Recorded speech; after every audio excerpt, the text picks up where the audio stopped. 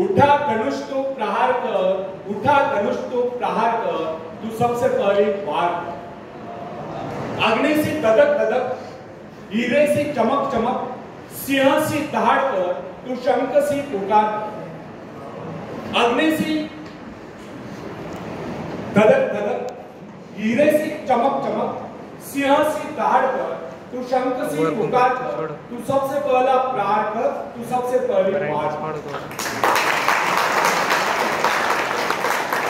रुके न तू, थके न तू, झुके न तू, थमे न तू। रुके न तू, थके न तू, झुके न तू, थमे न तू। तू सबसे पहला प्रहार कर, तू सबसे पहली वार कर। तू सही रास्ते का इंतजार कर। जीवन की भूल भुलैया में तू सही रास्ते का इंतजार कर। जीवन की इस लड़ाई में अपने मन के विचारों से प्रहार कर। तू सबसे पहला प्रहार कर, तू सबसे पहली वार कर।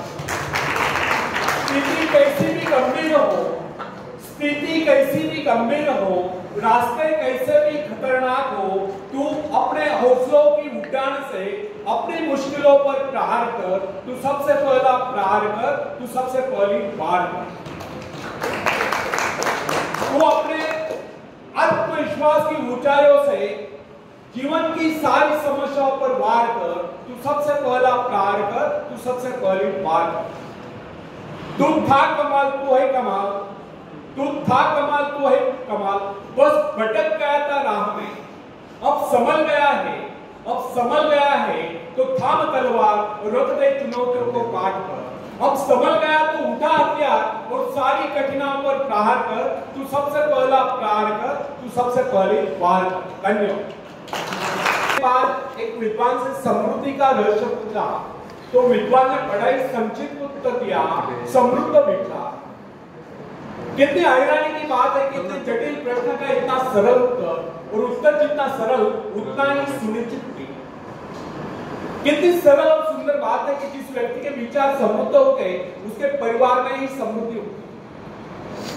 अब एक छोटा सा सवाल हम क्या उठाते हैं, क्या आप अपने भाग्य को बदलना चाहते हैं? यदि हाँ, तो क्या सड़े गले और रूढ़िवादी विचारों के चलते आप अपने भाग्य को बदल सकते हैं? इसका सटीक और संक्षिप्त उत्तर है नहीं। यदि हमें अपने भाग्य को बदलना है, उसे जगाना है, उसे चमकाना है, तो सबसे पहले हमें अपने विचारों को बदलना होगा। विचारों में जागृति लानी होगी, विचारों को रोशन करना होगा। तब कहीं इस प्रयास में हम सफलता प्राप्त कर सकते हैं। किसी भी आदर्श को क्रियात्मक रूप देने के लिए आवश्यक है आप उस आदर्श अथवा ध्येय को अपने व्यक्तित्व का हिस्सा बनाएं। यदि आपका ध्येय अथवा आदर्श आपके साथ बना रहे तो इससे आपको प्रेरणा प्राप्त होती रहेगी। आपने देखा होगा कुछ प्रभु भक्त अपने इष्ट की मूर्ति या कोई चित्र सदैव अपने साथ रखते हैं। यह क्या है? यह अपने इष्ट की स्मृति सदैव अपने साथ बनाए रखने की प्रेरणा है। इसी प्रकार हमें भी अपने जीवन में अपने ध्येय और लक्ष्य का सदैव ध्यान रखना चाहिए। अपने ध्यान को इधर उधर बिखरने शक्तियों का रास होता है। यदि आज की शीशे पर पड़ने वाली किरणें एक स्थान पर केंद्रित की जाए तो वे इतने प्रभावशाली होते हैं कि उनसे आग पैदा हो सकती है। जबकि अव्यवस्थित और बिखरी हुई अवस्था में वे किरणें इतने प्रभावशाली सिद्ध नहीं। इसका भी यही कारण है कि जब वे किरणें एक ही स्थान पर होते हैं तो उनके संपूर्ण शक्ति का लक्ष्य एक केंद्र बिंदु होता है। लक्ष्य साधन के लिए एकाग्रता बहुत आवश्यक है। इधर उधर के अनावश्यक कार्यों में लगकर व्यक्ति अपनी क्षमताओं को नष्ट नहीं कर देता है। यदि व्यक्ति का आदर्श स्पष्ट रूप से उसके सामने बना रहे तो इससे उसे प्रेरणा प्राप्त होती रहे। इसलिए समृद्ध बनने के लिए आवश्यक है कि हमारे मन में निरंतर समृद्ध बनने के विचार बने रहे। यह विचार हमें अपने आदर्श की ओर बढ़ने के लिए प्रेरित करते रहेंगे और हम सजग एवं जागरूक रहकर अपने लक्ष्य एवं आदर्श एवं लक्ष्य प्राप्ति के लिए प्रयत्नशील होंगे। सजग रहने से व्यक्ति कभी अवसर नहीं चुका है। जिस कार्य की सदैव याद बनी रहती है, स्मृति बनी रहती है, जिसके विषय में व्यक्ति सोचता ही रहता है, उसको लेकर नए नए रास्ते उसके सामने आते हैं। फ्रेंड्स, यह सृष्टि बड़े ही विशाल और अनंत है। प्रकृति के भंडार असीमित है, उसकी कोई तुलना नहीं। और प्रकृति का ऐसा भी कोई नियम नहीं कि उसके उस भंडार पर किसी एक का अधिकार है, उस पर सबका समान अधिकार है। मगर उस खजाने को पाने के दावेदार सभी नहीं है।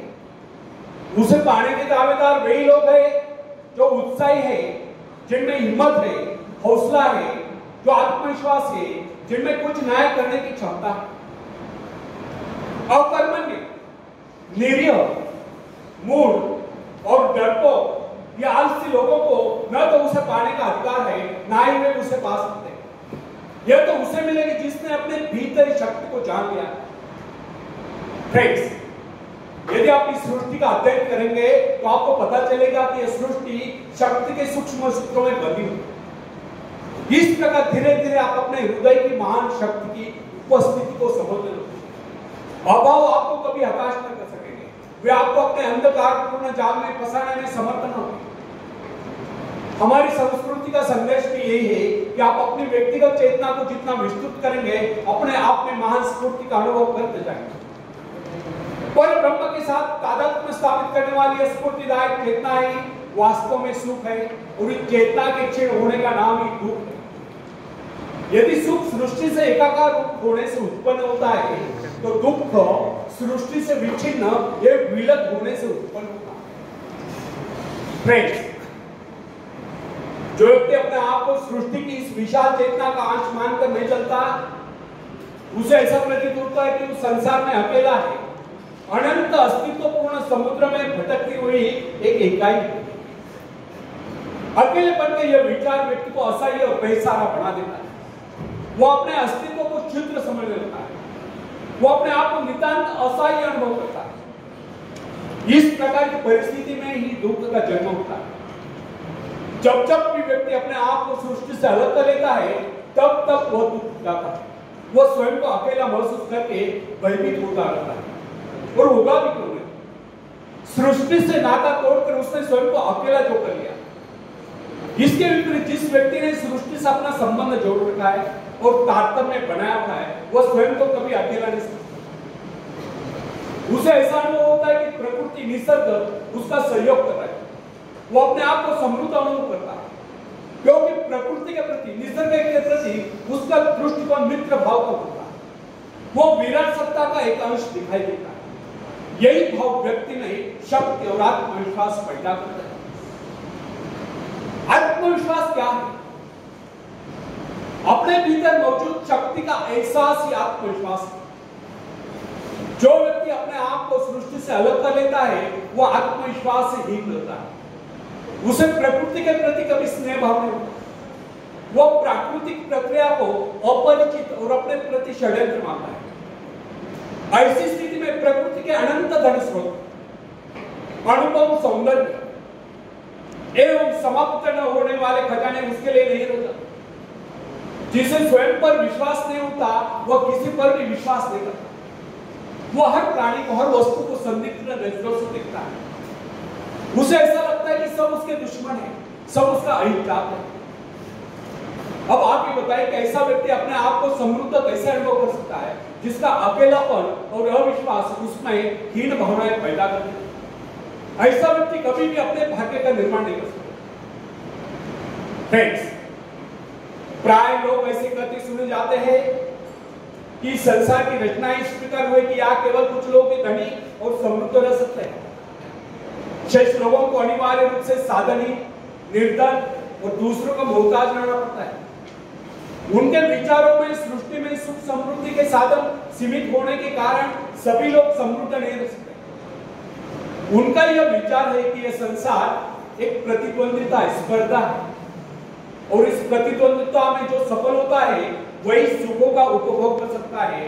शेष लोगों के भाग्य में दुख और कष्ट ही लिखे। परंतु हमारा यह कहना है कि इन लोगों के ऐसे विचार अनुभवहीनता और अज्ञानता के कारण। प्रकृति ने, निसर्ग ने तो अपने भंडार सभी के लिए खोल रखे। आप ऐसा क्यों सोचते कि आप भाग्यहीन रहे और भाग्यहीन रहोगे? इस प्रकार की मिथ्या धारणा का आधार यह हुआ जब प्रभु ने इस सृष्टि की रचना की तो मनुष्य के लिए थे साधन नहीं जुटाए, परंतु ऐसा सोचना कदापि उचित नहीं। वस्तुतः प्रभु ने इस सृष्टि को अत्यंत संपन्न और सब प्रकार से पूर्ण बनाया है। मनुष्य की आवश्यकताओं की पूर्ति के सभी पदार्थ इस धरती पर उपलब्ध हैं। यदि कोई इस निधि का प्रयोग नहीं कर पाता है तो इसमें उस सृष्टि निर्माता का क्या दोष? विधाता ने तो अपनी रचना संपूर्ण बनाई है। यदि कोई उसे ग्रहण करने में असमर्थ है, आनाकानी करता है, आलस्य में पड़ा रहता है, तो वो जगन्यता क्या कर सकता है? कहावत प्रसिद्ध है, आप घोड़े को पानी तक ले जा सकते हैं या पानी लाकर घोड़े के सामने रख तो सकते हैं, परंतु उसे पीने के लिए विवश नहीं कर सकते। यदि घोड़े को प्यास लगी है तो पानी पीकर प्यास तो उसे शांत करनी होगी। अपनी गर्दन को झुकाकर पानी में मोह तो उसे डालना होगा। फ्रेंड्स, प्रकृति को दोषी ठहराने में और वास्तविकता में कितनी भिन्नता है, इसका एक उदाहरण याद रखें। अन्न जीवन की सबसे आवश्यक वस्तु है। शरीर रूपी भट्टी के लिए वो ईंधन का काम करता है। संसार में निर्धनों के प्रमुख समस्या दो की रोटी है। कुछ लोगों का यह कहना है कि अन्न की कमी है, क्योंकि धरती उतनी उपजाऊ नहीं, खेती के लिए इतने साधन नहीं, समय नहीं, परंतु यह धारणा निर्मूल है, क्योंकि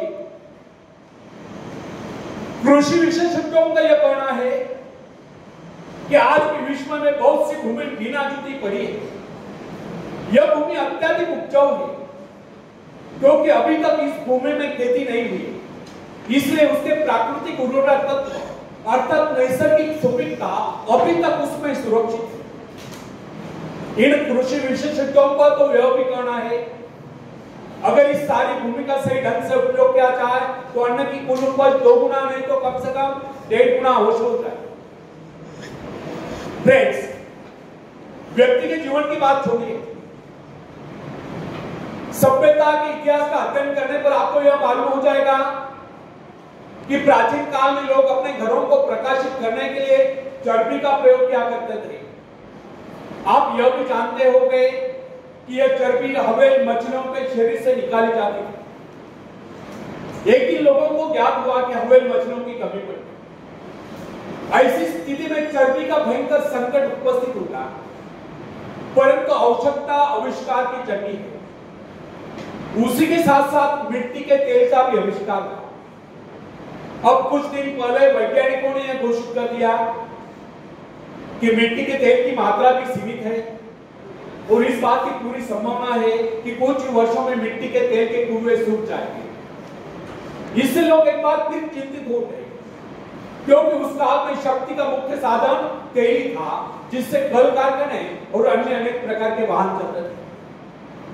लेकिन अगले क्षणों में वैज्ञानिकों ने यह घोषित कर दिया कि वैज्ञानिकों ने इस प्रकार की घोषणा कर दी कि अणुशक्ति का प्रयोग प्रतिदिन की आवश्यकताएं पूरी करने के लिए किया जा सकता है।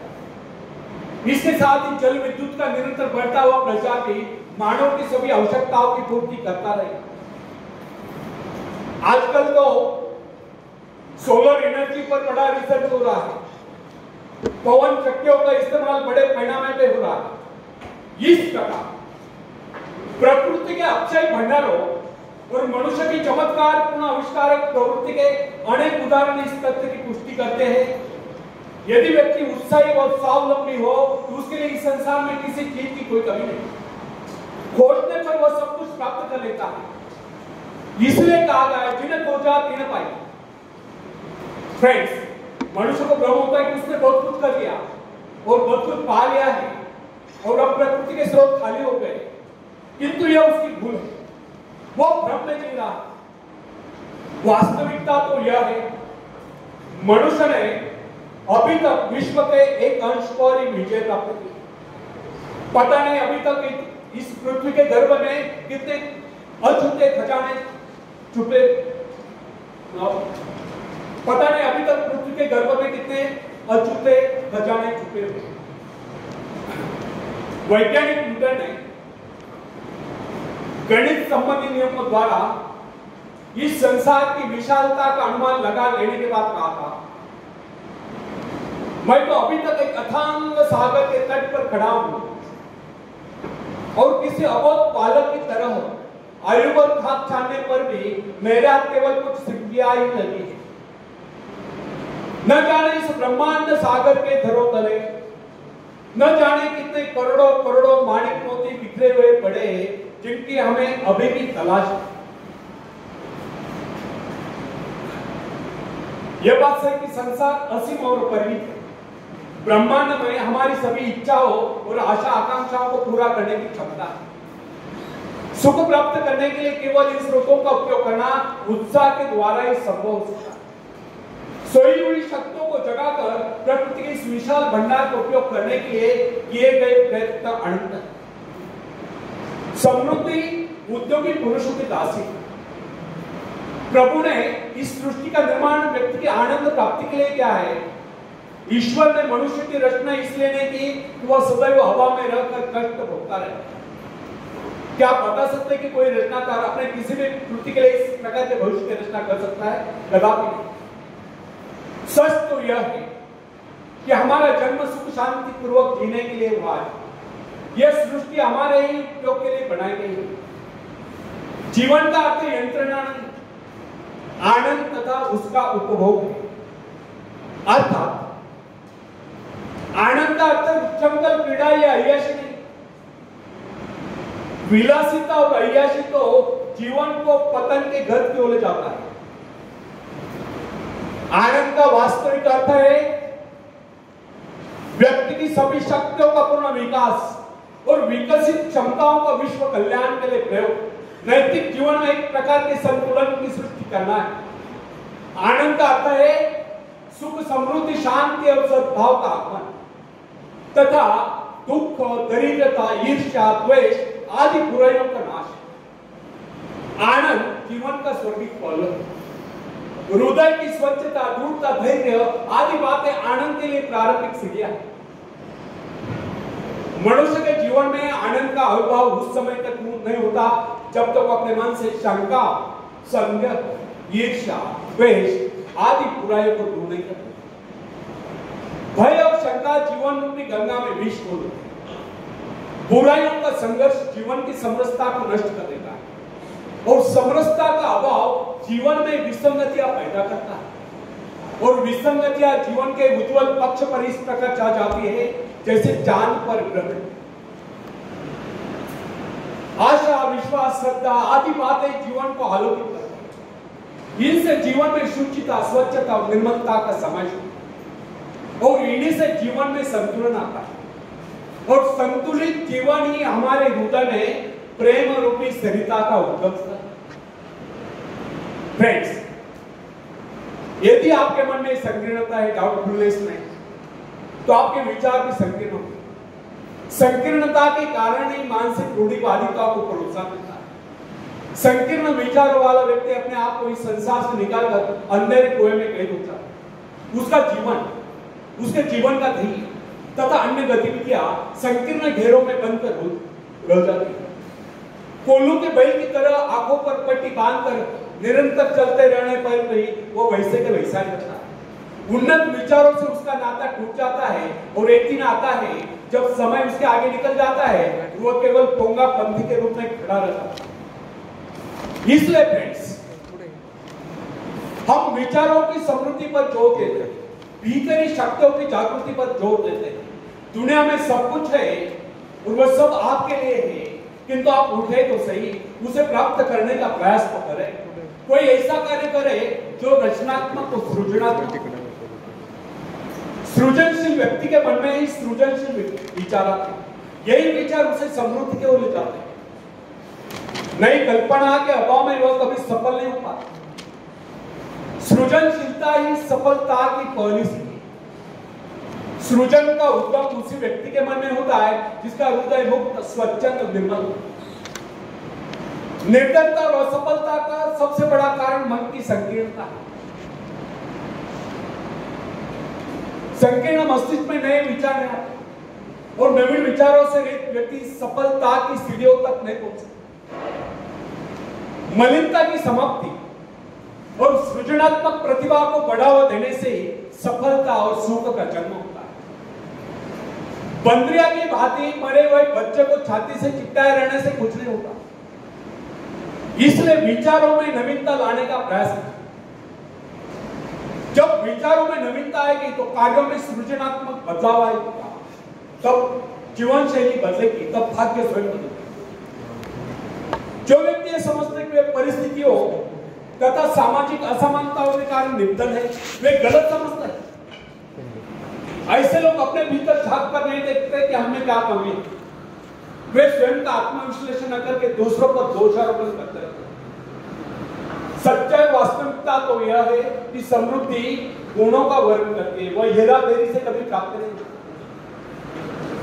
जिन लोगों के मन में यह विचार कर करके कि सौभाग्यवान व्यक्ति धनी बन सकते हैं, वे कभी उन्नति नहीं कर सकते। ऐसा सोचना कदापि उचित नहीं। सौभाग्यशाली आप भी है और आप भी सब कुछ प्राप्त कर सकते हैं, किंतु वैसा प्रयास तो करें। भाग्य अभाग्य का रोना न रोकर कर्म करो, कर्मों से भाग्य बदलता है और कर्मण्यता आलस्य और निराशा से नहीं। क्या आपको पता है कि आपके भाग्य में क्या है? जो व्यक्ति प्रकृति के अनमोल स्रोतों की प्रचुरता को समझते हुए धन उत्पादन के लिए प्रयत्नशील है और जो ये समझते कि संसार में किसी चीज की कोई कमी नहीं, वे एक न एक दिन अवश्य धनी हो जाते हैं। जबकि उन्हें अनेक भाग्यवादी साथियों को पूरी तरह से 2 समय का भोजन भी नसीब नहीं होता। समृद्ध होने का मूल मंत्र है कि व्यक्ति अपने मानसिक दीवारेपन से बचे, हताश होना छोड़ दे और अपने आप को समृद्ध अनुभव करे, प्रेरणा स्रोत बने। यहां मैं एक ऐसे व्यक्ति का जिक्र अवश्य करना चाहूंगा जिसके मन में कई लेश मात्र में किसी बात के अविश्वास नहीं। उसने अपने जीवन में अच्छे बुरे अनेक प्रकार के उतार चढ़ाव देखे, परंतु उसे अभी तक संसार की प्रत्येक वस्तु में विशिष्ट रुचि है। उससे बातचीत के समय आप उसके व्यक्तित्व से अवश्य प्रभावित होते। वह किसी भी वस्तु को साधारण नहीं समझता। जीवन की छोटी सी बातें भी उसके लिए कुछ न कुछ महत्व रखते हैं। वो अपना छोटे से छोटा काम भी बड़े मनोरथ से करता है। ऐसा प्रतीत होता है कि उसके सभी कार्य कर्तव्यशीलता के उदाहरण हैं। किसी भी काम को करने के लिए वो अनावश्यक हृदय ढूंढ में नहीं घुसता। ऐसा प्रतीत होता है कि जिस प्रकार सूर्य का प्रकाश सारी पृथ्वी को ढके हुआ है, उसी प्रकार उससे मिलने वाले सभी लोग उसे चाहते और उससे प्यार करते हैं। फ्रेंड्स, स्वस्थ और विघ्न बाधाओं से जीवन जीने वाले व्यक्ति दूसरों के लिए प्रेरणा स्रोत होते हैं। यहां मैंने जिस व्यक्ति का उल्लेख किया वो धनी नहीं, परंतु उसे जो प्रसन्नता प्राप्त है वो संसार के बड़े से बड़े धनवान व्यक्ति को भी प्राप्त नहीं। दूसरों के जीवन को समृद्ध बनाने के लिए उनकी सहायता करने वाले व्यक्ति समृद्ध जीवन बीता सकते हैं। मृग तृष्णा छोड़े। फ्रेंड्स, आपके संपर्क अनेक ऐसे व्यक्तियों से आए होंगे जो बहुत ही धनी है, परंतु निहायत बेकार और निकट है। ना वे खुद खाते हैं, ना दूसरों को खाने देते हैं। अपनी हड्डियां गला कर धन जोड़कर चले जाते हैं। खुद भूखे मरते हैं, अपनी इच्छाओं को मारकर पैसा एकत्रित करते हैं। आखिर ऐसी अमेरिकी किस काम की? कंजूसी और लालच के आदमी के ऐसे लोग बिल्कुल उन्हीं फलों के समान होते हैं जो किसी भूखे व्यक्ति का पेट भरने के बजाय पेड़ की डाल पर ही सड़कर नष्ट हो जाते हैं। इस प्रकार की समृद्धि से तो गरीबी लाख गुना अच्छी है। यदि हमें एक बात भी ज्ञात हो जाए कि शक्ति का मूल स्रोत, शक्ति का मुख्य स्रोत हमारे भीतर ही विद्यमान है, तो हमें इधर उधर भटकने की आवश्यकता नहीं रहती। अंतर्मुखी प्रेरणा स्रोत इतना समृद्ध होता है जो उसे एक बार प्राप्त कर लेता है, वो संसार की समस्त समृद्धियों का स्वामी हो जाता है। प्रेरणा रूपी अमृत पात्र के गोद उसके जीवन की सारी शुष्कता को समाप्त करके उसी हरियाली में बदल देते। प्राय लोगों के साथ कठिनाई यह है कि वे कस्तूरी मृग के समान अपने नाभि में स्थित कस्तूरी को ढूंढने के लिए जीवन भर इधर उधर भटकते रहते हैं और अपने नाभि में स्थित सुगंध के स्रोत को ढूंढ नहीं पाते। वस्तुतः समृद्धि का मूल स्रोत हमारे भीतर ही विद्यमान है। आवश्यकता केवल इस बात की है कि हम उसे खोज लें। यही कारण है कि हमें अपने जीवन से वही कुछ मिलता है जो हम उनसे मांगते हैं। हमारा वातावरण, हमारी परिस्थितियां, हमारा व्यक्तित्व आदि सभी कुछ हमारे विचारों के अनुरूप ही स्वरूप धारण करता चला। जो व्यक्ति लगातार गरीबी के डर से आक्रांत रहता है वो स्वयं भी निकम्मा हो जाता है। वो सदैव यही सोचता रहता है कि वो अभागा है, वो दुनिया की सुख समृद्धि उसके लेने बनी, तो उसको समृद्धि किस प्रकार प्राप्त हो? स्वास्थ्य, ईश्वर विश्वास, आस्था और उद्यम में कमी के कारण ही व्यक्ति सदैव पददलित बना लेता है। फ्रेंड्स, जो व्यक्ति ये समझते हैं कि समृद्धि हमारा जन्मसिद्ध अधिकार है और इसे प्राप्त करने के लिए किया गया प्रयास कभी निष्फल नहीं होता, समृद्धि एक ना एक दिन अवश्य उनके कदम चुकती है। आवश्यकता केवल इस बात की है कि हम सही ढंग से सोचें। मैं अनेक ऐसे व्यक्तियों को जानता हूं जो आयु भर प्रसन्नता प्राप्त करने के लिए तरसते रहे परंतु प्रसन्न न हो सके। उन्होंने कभी अपने जीवन के संबंध में सही ढंग से सोचने का प्रयास नहीं किया। वे सोचते कुछ रहे, करते कुछ रहे। इसका परिणाम यह निकला, न उन्हें सुख मिला न समृद्धि प्राप्त हुई। मेरे कहने का अर्थ यह नहीं कि सभी लोग एक समान होते हैं। निश्चय कुछ लोग जन्म से ही हंसमुख और उदार होते हैं, जबकि अन्य लोग जन्म से ही चिड़चिड़े, कायर, क्रोधी, लोभी और कमजोर होते हैं। इतने पर भी अपने व्यक्तित्व का निर्माण व्यक्ति स्वयं कर सकता है। सहृदयता एक ऐसा सद्गुण है जो व्यक्तित्व के छोटे मोटे अवगुणों को ढांप लेता है। फ्रेंड्स, उठो, कर्म करो, तब तक मत रुको जब तक आप अपना फल प्राप्त नहीं कर सकते।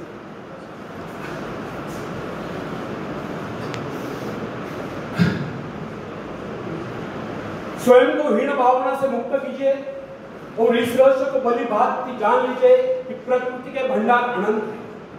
ईश्वर हम सब की देखभाल करता है। उस सृष्टि के निर्माता के पास किसी चीज की कोई कमी नहीं। हम उसकी संतान हैं, उसकी सारी संपत्ति हमारी है। हमारा जन्म इसलिए हुआ है कि हम अपने जीवन को गौरवशाली करें। मनुष्य इस सृष्टि का श्रेष्ठतम प्राणी है। उसका कर्तव्य है कि अपनी पाशविक शक्तियों पर विजय प्राप्त करके उनका ट्रांसफॉर्मेशन, रूपांतरण निर्माणात्मक, रचनात्मक, सृजनात्मक, सकारात्मक शक्तियों में करें और इन्हीं शक्तियों का प्रयोग मानव जीवन के विकास के लिए करें। इन विनाशकारी तत्वों का सही ढंग से नियंत्रण होने पर ही संसार से गरीबी और भूखमरी समाप्त हो सकती है। सृष्टि निरंतर विकास की ओर अग्रसर है। वो विकास की योजनाओं पर चल रही है। काम करने वाला या कभी भूखा नहीं, फिर सुकर्म करने वाले व्यक्ति को कभी घीस पा। समृद्धि आपके व्यक्तित्व की देन है। भाग्य अभाग्य से उसका कोई लेन देन नहीं। अपने व्यक्तित्व को सुधारिए। सफलताएं, सुख समृद्धि, खुशियां स्वयं चलकर आपके पास आएगी और आप कामयाबी के शिखर पर होंगे। आखिरी में हरिवंश राय बच्चन जी की कविता में पेश करता हूं, आप भी मुझे साथ देंगे। लहरों से डरकर नौका पार नहीं होती, कोशिश करने वालों की कभी हार नहीं होती। कोशिश करने वालों की कभी हार नहीं होती। नन्ही चींटी जब दाना लेकर चलती है, चढ़ती दीवारों पर 100 बार फिसलती है। नन्ही चींटी जब दाना लेकर चलती है, चढ़ती दीवारों पर 100 बार फिसलती है। मन का विश्वास रगों में सांस भरता है, चढ़कर गिरना, गिरकर चढ़ना न करता है। आखिर उसकी मेहनत बेकार नहीं होती। कोशिश करने वालों की कभी हार नहीं होती। कोशिश करने वालों की कभी हार नहीं होती। भूख लगी शायद।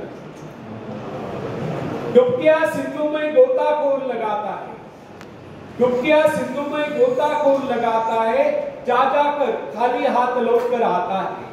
मिलते नहीं सौजी मोती गहरे पानी में, मिलते नहीं सौजी मोती गहरे पानी में, मुट्ठी उसकी खाली हर बार नहीं होती। कोशिश करने वालों की कभी हार नहीं होती। कोशिश करने वालों की कभी हार नहीं होती। और आखिरी पद आप सबके लिए बहुत इंपॉर्टेंट है। असफलता एक चुनौती है, इसे स्वीकार करो। असफलता एक चुनौती है, इसे स्वीकार करो। क्या कमी रह गई देखो और सुधार करो। क्या कमी रह गई देखो और सुधार करो। जब तक न सफल हो, निंद चैन को त्यागो तुम, संघर्ष का मैदान छोड़कर मत भागो। कुछ किए बगैर ही जय जयकार नहीं होती, कोशिश करने वालों की कभी हार नहीं होती। कोशिश करने वालों की कभी हार नहीं। धन्यवाद।